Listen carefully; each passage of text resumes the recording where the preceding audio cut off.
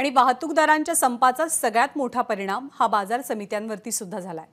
भाजी मार्केटमध्ये गाड्यांची आवक कमी झाली आहे। महाराष्ट्रामध्ये 400 ते 425 गाड्यांची आवक होते, मात्र संपामुळे गेले 2 दिवस 100 ते 150 गाड्या पोहोचू शकल्यात। त्यामुळे भाजीपाल्याच्या दरामध्ये 20 ते 25% वाढ दिसते।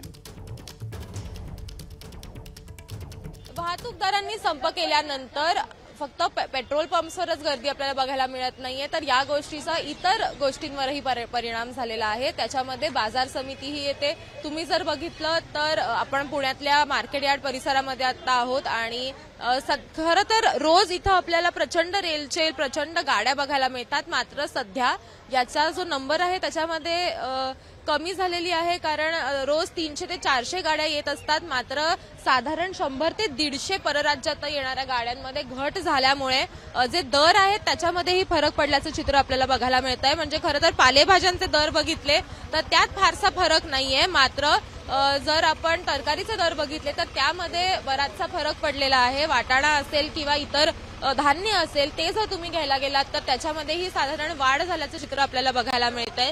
इथल्या व्यावसायिकांशी बोलल्यानंतर त्यांच्याकडनं आपल्याला असं सांगण्यात आलं की यामध्ये 25 ते 30 रुपये प्रति किलो इतका दर जो आहे तो वाढलेला आहे आणि या संपाचा परिणाम जो आहे तो खरं तर सर्वसामान्य माणसावर झाल्याचं चित्र आपल्याला बघायला मिळतंय। आपण इथल्या एका व्यावसायिकांशी बोलण्याचा प्रयत्न करूयात।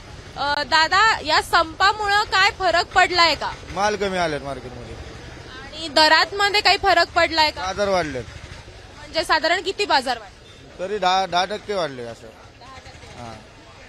त्यामुळे जसं त्यांनी सांगितलं की 10% फरक आपल्याला भाज्यांमध्येही बघायला मिळतोय आणि वाटाणा किंवा इतर धान्य तुम्ही घ्यायला गेलात तर त्यामध्ये देखील आपल्याला जो फरक आहे तो बघायला मिळतोय। जी खरेदी आहे ती देखील आपल्याला कमी झाल्याचं चित्र एकंदरीतच बघायला मिळतंय आणि या सगळ्यामुळेच हा जो संप आहे खरं तर हा कलम लागू होणार नाही असं सांगितलंय आणि अनेक ठिकाणी हा संप मागे घेण्यात आलाय। मात्र खरं कालच्या संपामुळे जे पडसाद आहेत ते आपल्याला आज बघायला मिळतात आणि काही काळांनी उद्या परवा आपल्याला साधारण ही परिस्थिती नॉर्मलला येईल का हे बघणं आपल्यासाठी महत्त्वाचं असणार आहे। कॅमेरामॅन राजेश बिडकरसह देवयानी अदलाबतकर, एबीपी माझा, पुणे।